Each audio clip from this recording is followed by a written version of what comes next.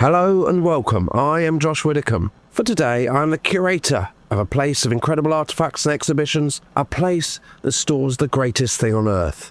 This is my Museum of Pop Culture.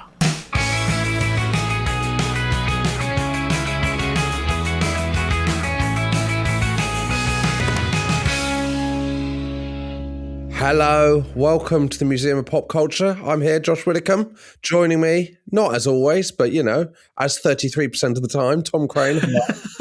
Hi, Josh. How are you? I'm good. How are you? I'm delighted to be back. I love the last correspondence show we did, so I've been looking forward to this.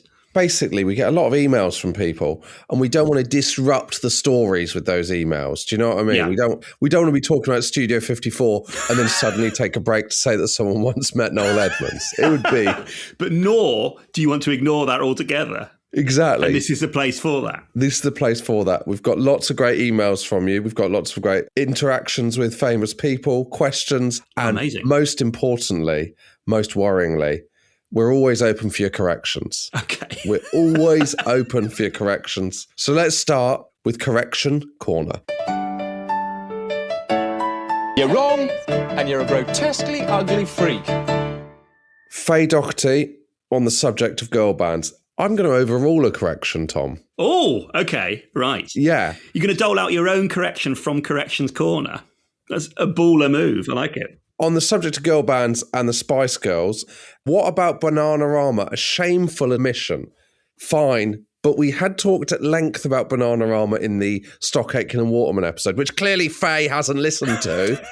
Yeah, absolutely. A shameful omission from her listening schedule. That's the main Correction Corner here. Exactly. You need to correct your listening habits. Now, if you want to hear all about Bananarama, Faye, go to the Stock Aitken and Waterman episodes where we hear about their drinking habits and how much Pete Waterman loved them. But maybe Faye feels like every time there's an opportunity, Bananarama do need to be mentioned. In the Mr. Blobby episodes. What about Bananarama? They were in the charts around the same time. Faye has recently signed Bananarama and is desperately trying to get any media coverage she can for the band. Emailing every show possible to see if they'll mention Bananarama. Were it not for the Stock Aitken and Waterman episodes, it would be a very strong point. Okay. We did kind of say that Spice Girls were the first girl group, and a lot of people have picked us up on this. I'd say Diane, who does say, to be fair, that she loves the minutiae of the podcast, wondering what makes an artist a girl group or not. The Ronettes, Shangri-Las, Supremes, TLC, SWV, En Vogue, Salt and Pepper. Why don't these count if the Spice Girls are credited as being among the first? Yeah, why do I imagine that's written in capitals as well for some reason? No, it's not written in capitals. The only thing she's capitalised is love the minutiae of the podcast. Okay, that's I think sweet. I accept that correction. I think that's a fair point. A lot of them are too credible to be considered a girl group, in the same way that you'd consider New Kids on the Block a boy band, but you wouldn't consider the Stone Roses a boy band, right? Of course. Yes. Okay. Would you consider like Destiny's Child a girl group? No. That's interesting, isn't it? But is that just your perception of pop? And no, I don't mean people's perception of pop and where that stands in the artistic shape of things. So why is the Spice Girls music not credible? What does that mean? Actually, it's like it obeys a lot of the same shapes and rules of pieces that you would see as credible. It's just, and people enjoy it and people love it and it's really important to them. So why is that not credible? Well, exactly, Tom. I'm merely trying to dig myself out of a hole for not mentioning En Vogue. And so, correction accepted. I worry you're still in the hole. Also on this, Jamie adds that we did miss out that the Spice Girls were originally called Spice. Oh, were they? Their name had to add the girls due to another band of that name. Right, okay. Which is a heartbreaking victory for the original Spice, isn't it? Yeah, it's not enough of a change, I'd say, as well.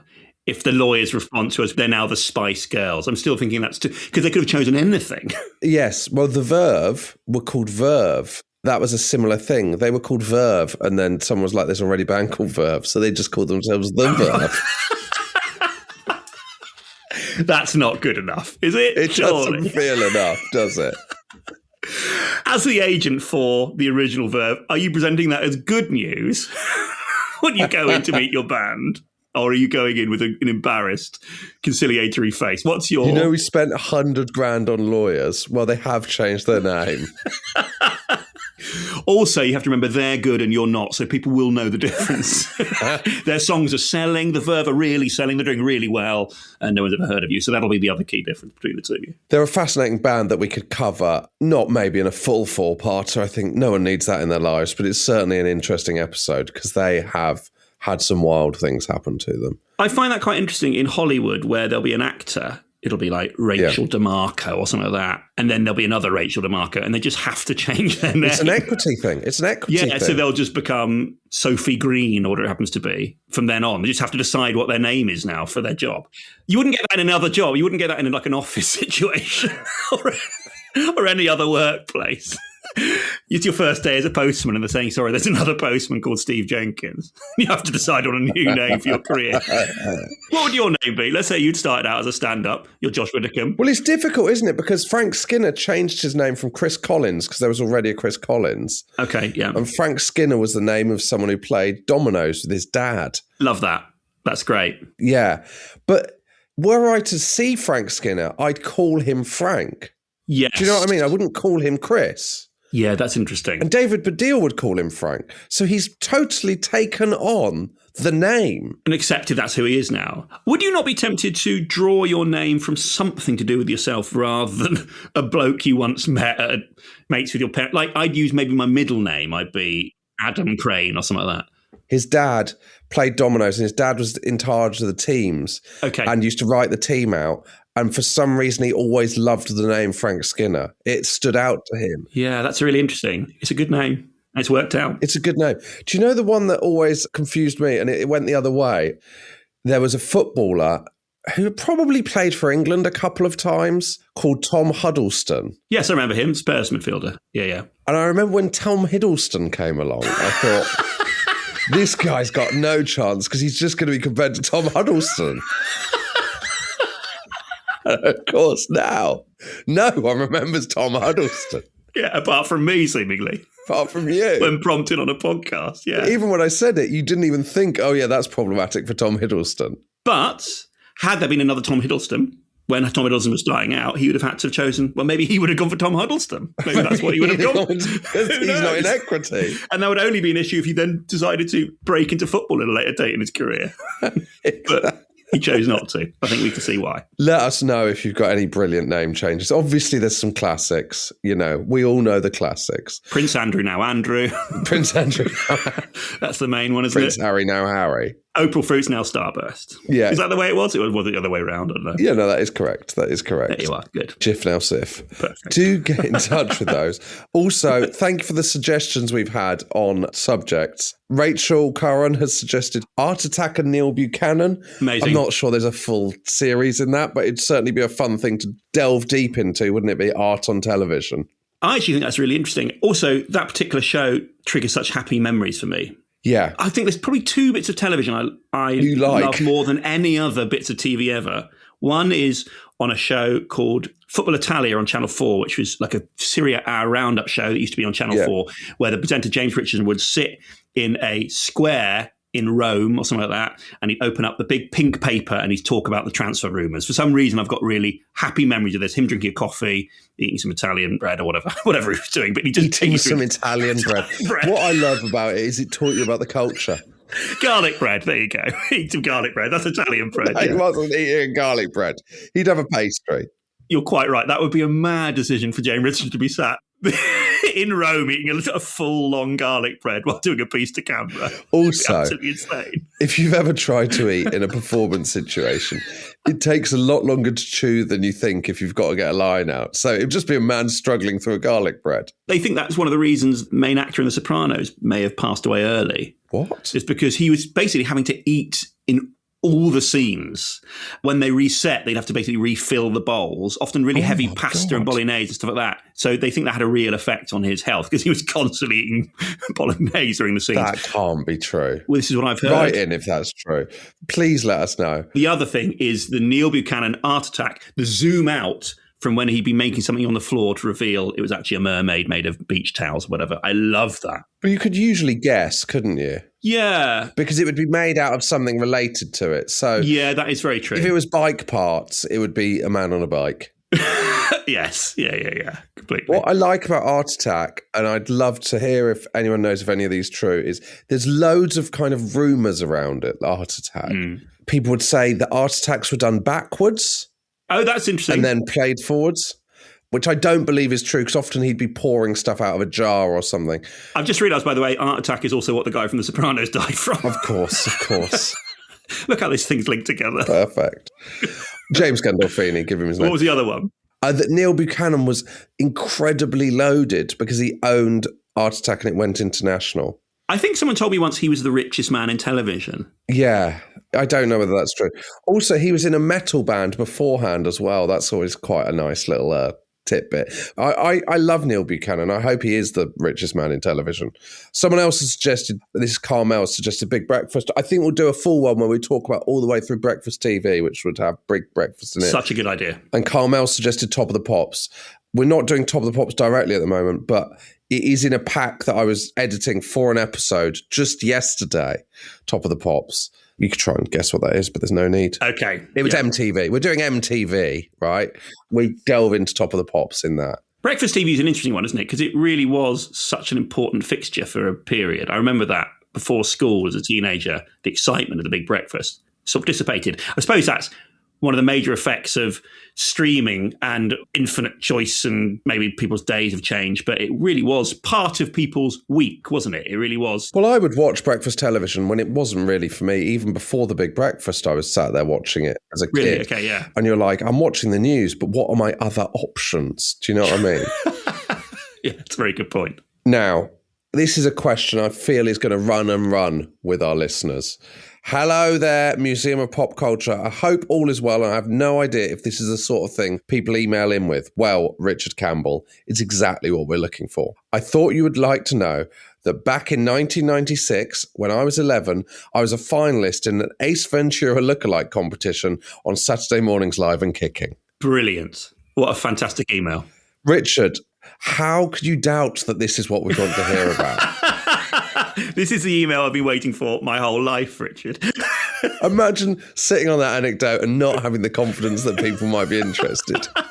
Whenever you meet someone, Richard, do lead with that, by the way. Yeah. In any interaction, be it a date, be it just meeting a new friend, like even a job interview, just thrust out your hand and go, just to let you know, in 1996. It was a competition to promote the release of the seminal masterpiece, Ace Ventura, When Nature Calls. Oh, yeah. And involved 5 of us travelling to BBC Television Centre, getting Ace costumes and makeup, and then performing in a sketch with Trevor and Simon and Emma Ford. Fantastic. This is so good. And that's on live TV. I want to know how that came about. So was he just doing it at home and his mum had said, that's really good. You're literally Ace Ventura. I think they've appealed, haven't they? Yeah, I suppose it must be that way But round. also in those days, how are you sending in your video? Yes. Because you're not going to have a video on a phone, obviously. So some people had video cameras in those days. My fear there, Tom, and it's a story as old as time. It's the elite, isn't it, Josh? It's the elite. It's the advantages that the middle classes have.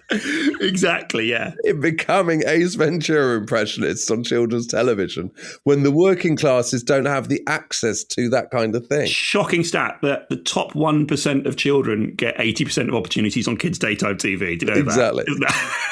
Spread those opportunities. Yeah. Love that you did this. This is fantastic, though.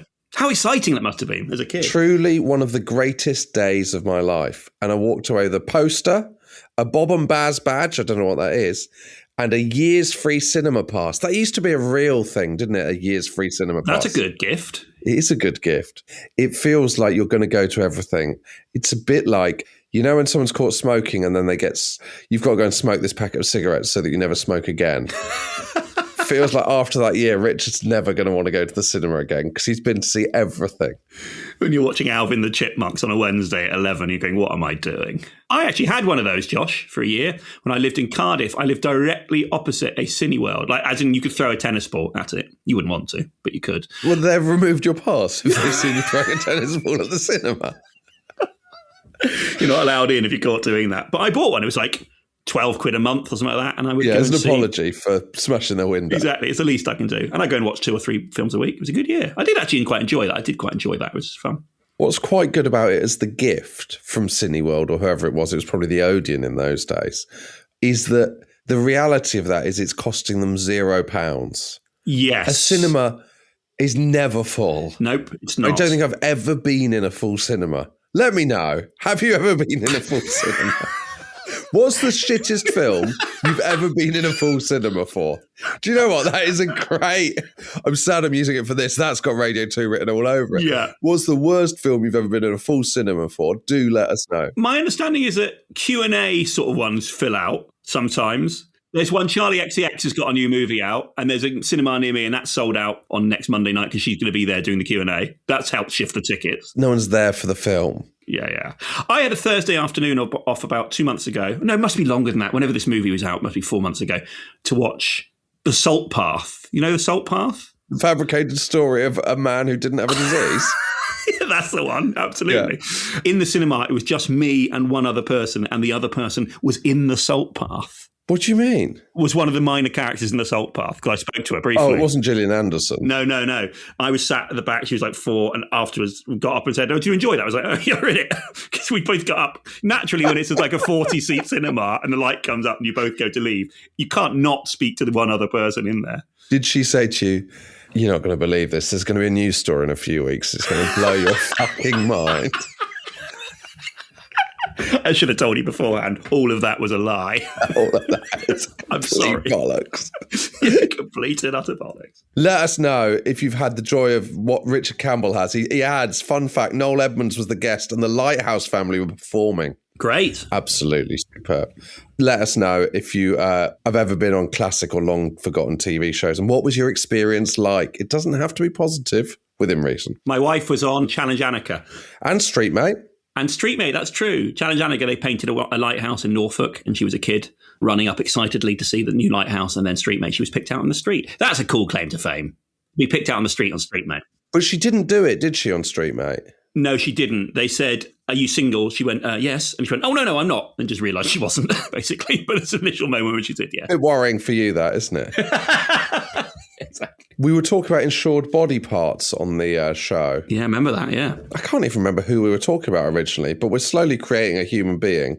Hi, Josh. We've just come across your podcast. I have to say, it's like reliving my childhood, born in 1985. So much nostalgia. Anyway, you asked on your Stock Aitken and Waterman episode if any insured body parts, and I instantly thought of Michael Flatley. Right. Michael Flatley had his legs insured for £39 million, reportedly. Didn't have the confidence for 40. Didn't quite think they were worth the 40. Is that for tax reasons it's 39? What, is there some kind of loophole there? There's a reason he hasn't gone 40.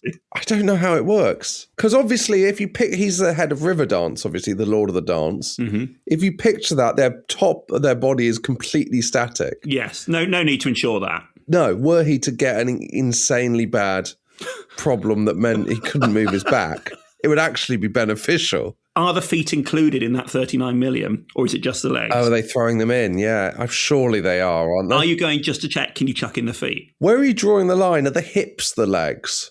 That's an age-old question, Josh, isn't it? And dare I say it, the penis? No, the penis isn't the legs. But it's the height. That's not a matter of debate. This is what Flatley's discussing. If Josh ever says to you, "Do you want to see my legs?" say no. Because what he showed you is not part of his legs. And if you think the penis is part of the legs, do get in contact with the show.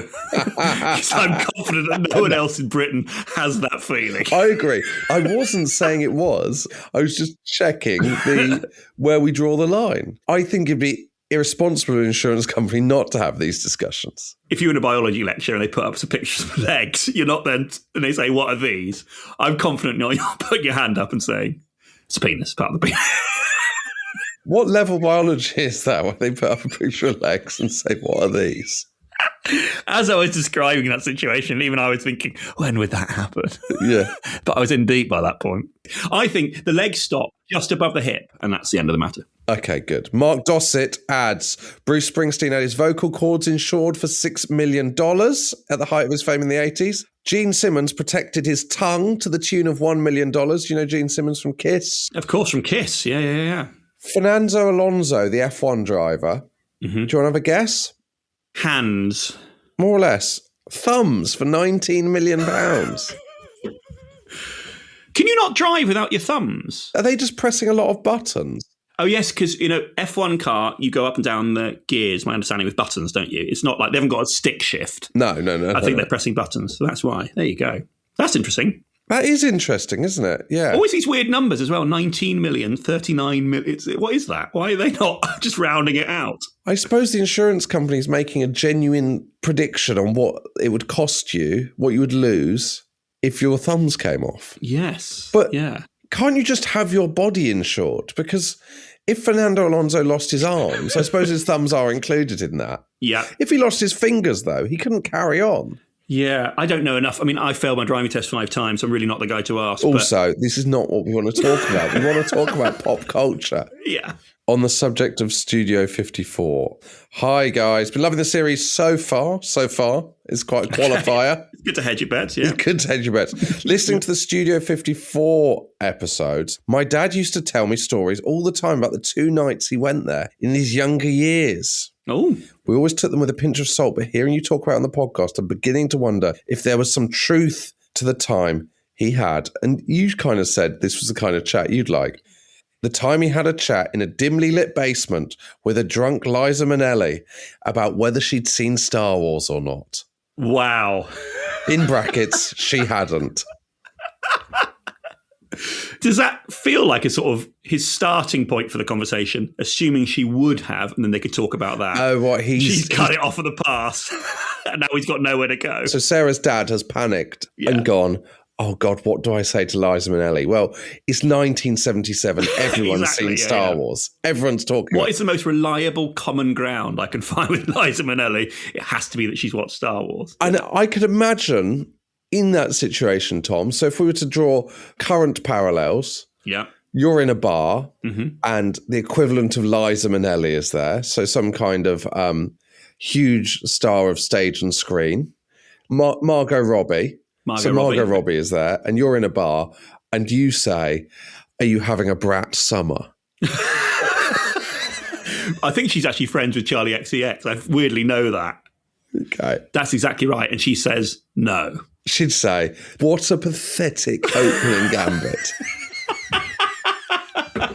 No, I suppose it wouldn't be having a brat summer. It would be more... It's another movie, isn't it, surely? Have you seen The Salt Path? I don't know. I don't think The Salt Path is our generation's version of Star Wars. I've got a great story if you have. No, because I don't think movies have cut through in the same way. So it's more likely to be, have you seen The Traitors? Even that would be a strange thing for me to approach Margot Robbie with. Yeah. Apropos of nothing. Well, that's what I'm saying. It's two. That's the modern day equivalent, is you go up to Margot Robbie. Also, he says it's in a basement. And as we covered in the show, the basement is where people go to have sex. So there we are. Yeah, the basement was... Sarah, you might want to check with your dad. Are you suggesting that's mid-coital chat between Liza Minnelli? Well, maybe they were waiting to have their go. Okay, fair enough. My answer to that, actually, to the Star Wars question would be, no, I haven't. I've only seen one of the one with Jabba, whatever his name is, Jabberwock or something. Jabba the one with Hutt. the floppy face. No, the one that everyone hated. Jar Jar Binks. Jar Jar Binks, there you are. I've seen that one. Well, that's a wild option to have seen. I mean, I don't know much about Star Wars, but that's the worst one, isn't it? So I've been told. Good message here from someone who just lists themselves as W. On Josh's refusal to say the word fall instead of autumn on the Hasselhoff episodes, which I stand by. Yeah. At school, we sang, You've Got a Friend, you got a friend in the choir, right? Yeah, lovely song. We protested the Americanism by singing, winter, spring, summer, or autumn. All you gotta do is call. And it worked fine. That's really funny. I stand by that completely. I'd say that is 100% the right thing to do in that situation. You're not a fool guy. I'm not a fool guy, exactly. Bit of fun. I think we should do a feature. Have you met Pete Waterman, and was he as amazing as we think he is? Because Emma has, and it's absolutely on brand for Pete Waterman. Fantastic. Hi, I've just been listening to the Stock, Aitken and Waterman episodes and have thoroughly enjoyed them. I met Pete in December at a model railway event my son wanted to go to. Come on, Emma, just admit you were there. It's all right. Nothing to do with me. My son dragged me along, but luckily Pete Waterman was there. I asked if I could have a photo with him, and he obliged and then joked to a lady volunteer, I've still got it. Oh, brilliant. He then went off to make sandwiches for all the volunteers. Legend. Oh, that's so sweet. I love Pete Waterman so much. What a nice thing to do. He is absolutely the greatest, Pete Waterman. So please let us know. Yeah. Hi, Josh and Co. Loving the podcast. I've signed up to the fan club, the first I've been a member of since the Adamant fan club membership expired in 1983. He's touring this year, Adamant. Yeah. My sound man had to leave my tour to go and do the Adamant dates, which I found slightly annoying in the pecking order of celebrity. Yeah, I'm current. How dare you? Come on, mate. All you've got to do is turn my mic on. It's much easier. Yeah. Paul adds, though I was later in the somewhat more pompously titled Doctor Who Appreciation Society. Thank you for joining the fan club, Paul. Thank you to everyone who's joined the fan club. It really is the home for exactly the kind of people who used to be in the Adamant fan club.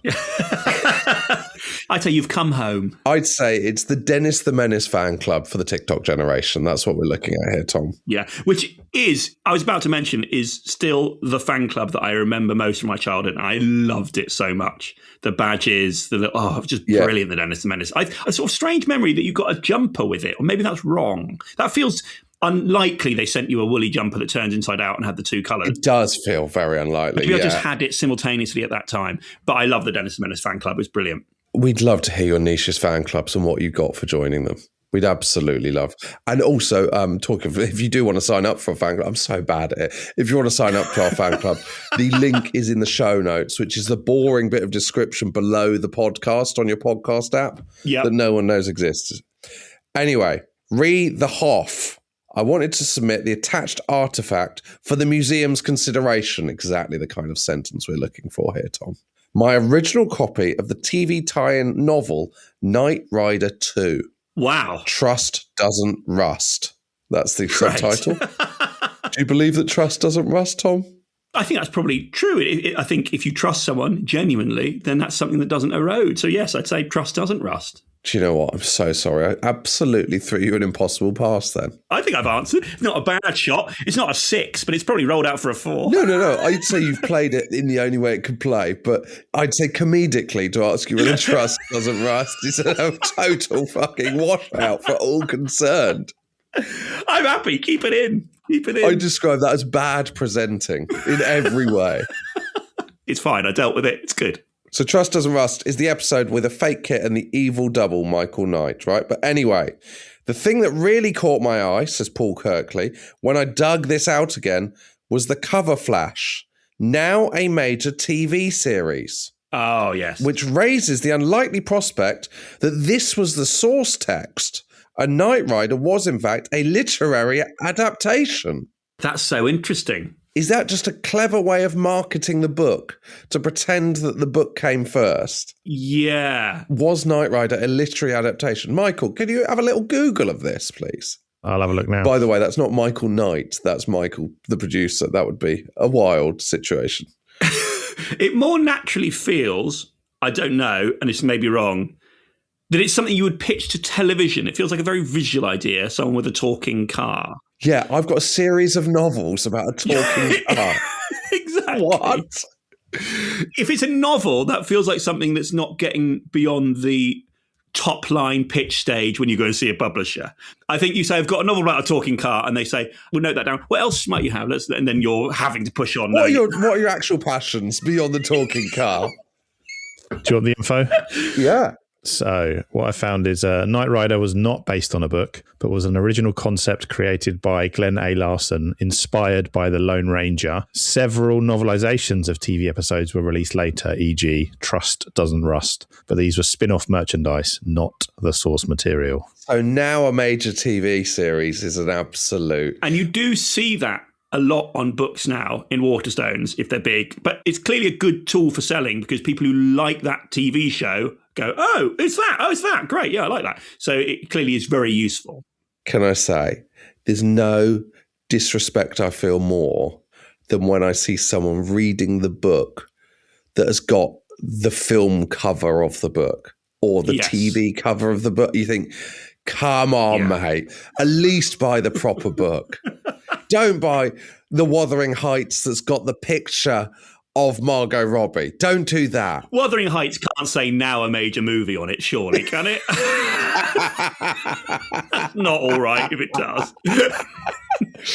I'm reading The Salt Path, but it's got a photo of Gillian Anderson on the cover. No, come on. Have some self-respect. My Bible's got Mel Gibson on the front. I only got it when it became a major movie. But that's not the Holy Bible, is it? That's just a book you call your Bible. Yeah, of course. Yeah, exactly. Yeah. Just Mel Gibson's views on the world, which is problematic. Anyway, more on Hasselhoff. Why not? You never have too much. You can never have too much. This is from Simon Smith. Not sure if you mention it in future episodes. I've only heard the first two, but a genuinely cracking movie with him is A Bridge Across Time from 1985.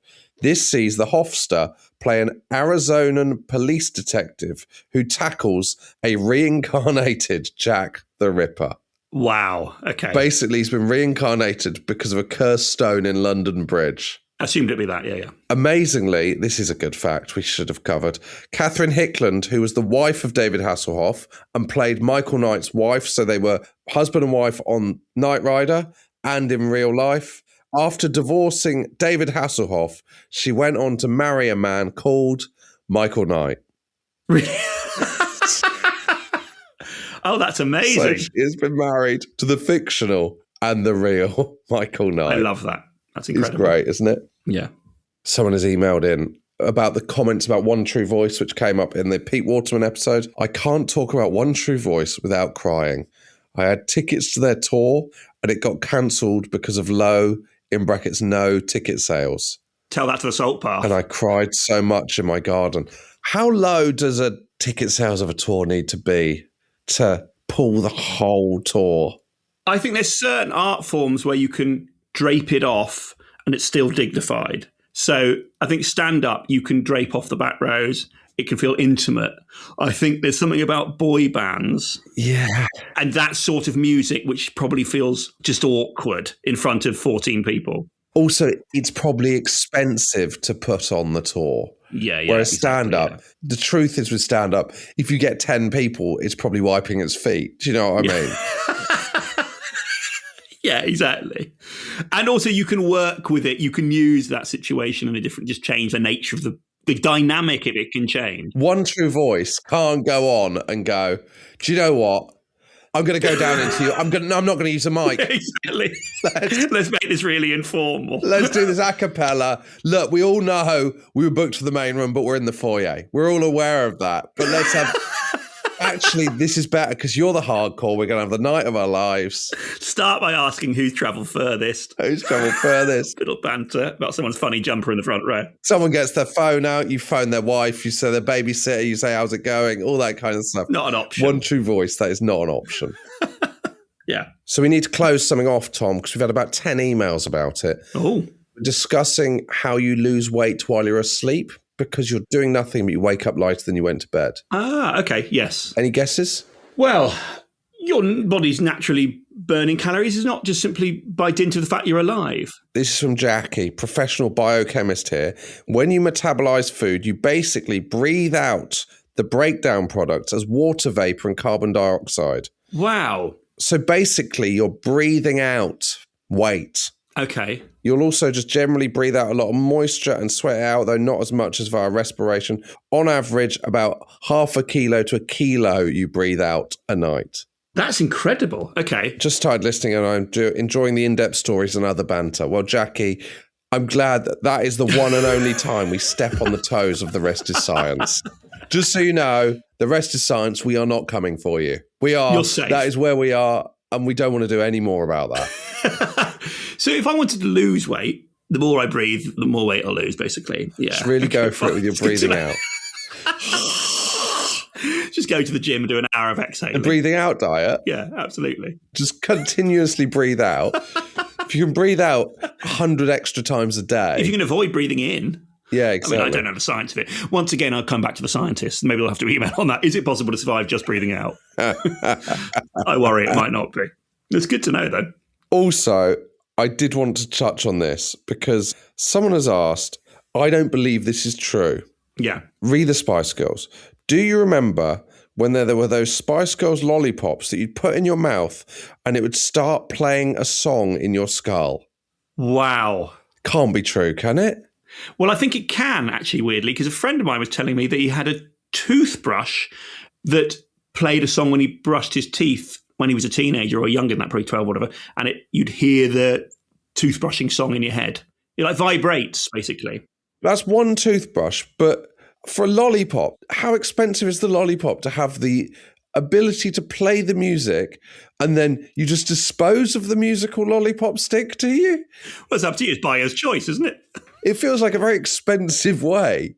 But there are lollipop holders that you put a new Chupa Chup into. So my son has one, which is a dinosaur. The mouth opens, the lollipop pops out of. So you keep that casing and then you add new Chupa Chups to it. So it might be that. It might be that the stem of the lollipop, I can't believe I'm so deep into this. The stem of the lollipop is playing the music and then you're putting a new lollipop into it. Michael, if you're not on Google now, so help me God. I actually think this might be true. I just don't believe it can be true. Michael.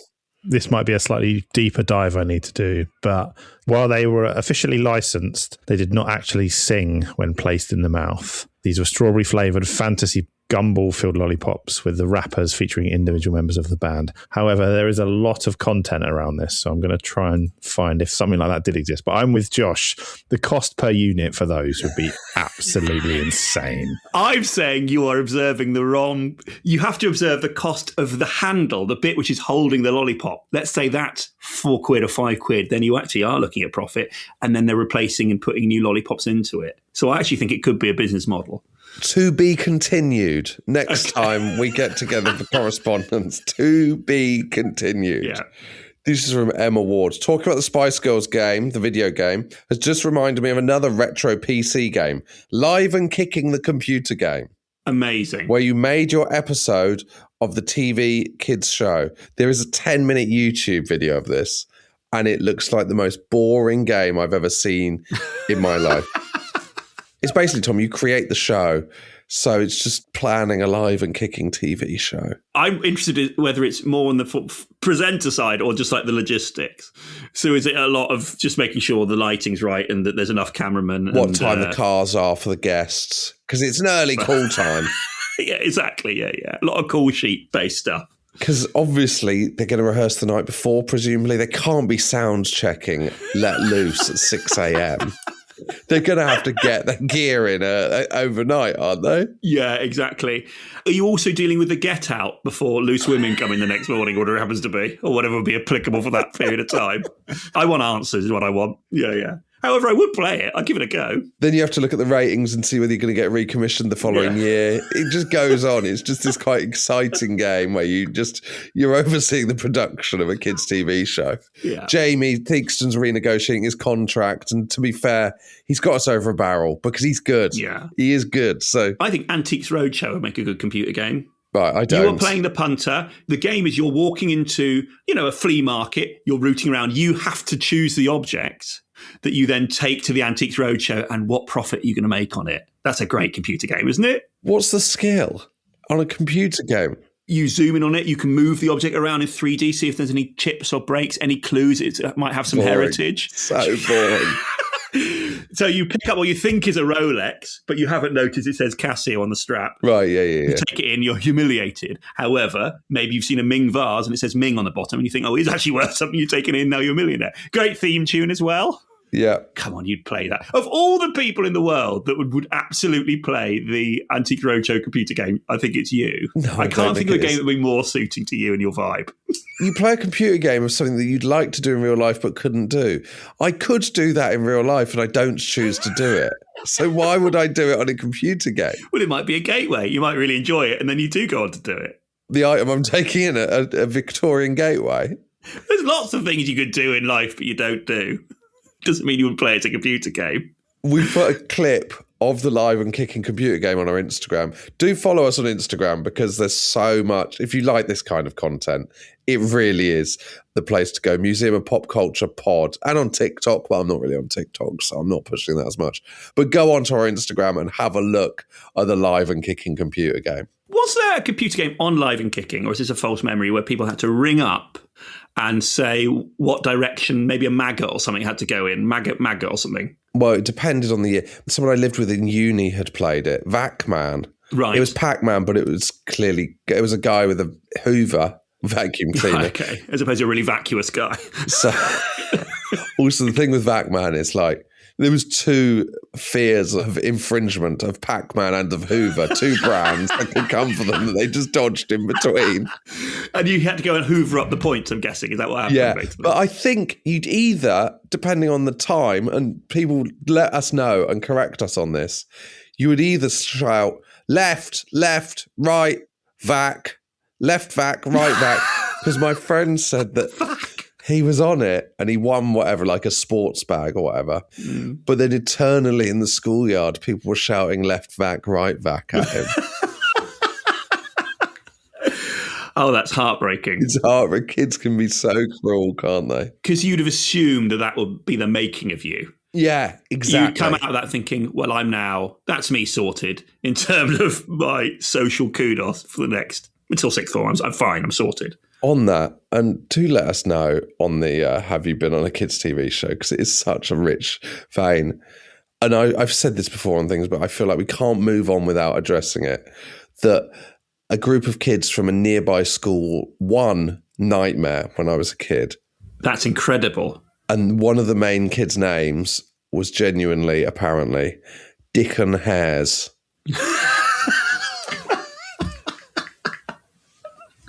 I'm not going on telly if that's my name. I'm not leaving the house. Even though I get the letter through, I'm thinking better of it. I'm doing exactly what Tom Hiddleston nearly had to do. And I'm changing my name. Yeah. To Tom Huddleston. Yeah. To Tom Huddleston. I'd always change my name to Tom Huddleston. And now I know what I'd change my name to if I became an actor. Name. To It's Tom a great Huddleston. name. Britain's #1 Tom Hiddleston tribute act, Tom Huddleston. Thank you for your emails. Thank you so much for listening to the show. Getting the emails and knowing that people have the same sense of humour and the same interests as us is always a joy. If you want to take that joy further, do join the fan club, because it really is the place to be if you are a fan of Tom Huddleston or a fan of the show. Go there, you get bonus episodes. We're doing live episodes on Zoom. We get all of the series on the day of the release. It is museumofpopculture.supportingcast.fm.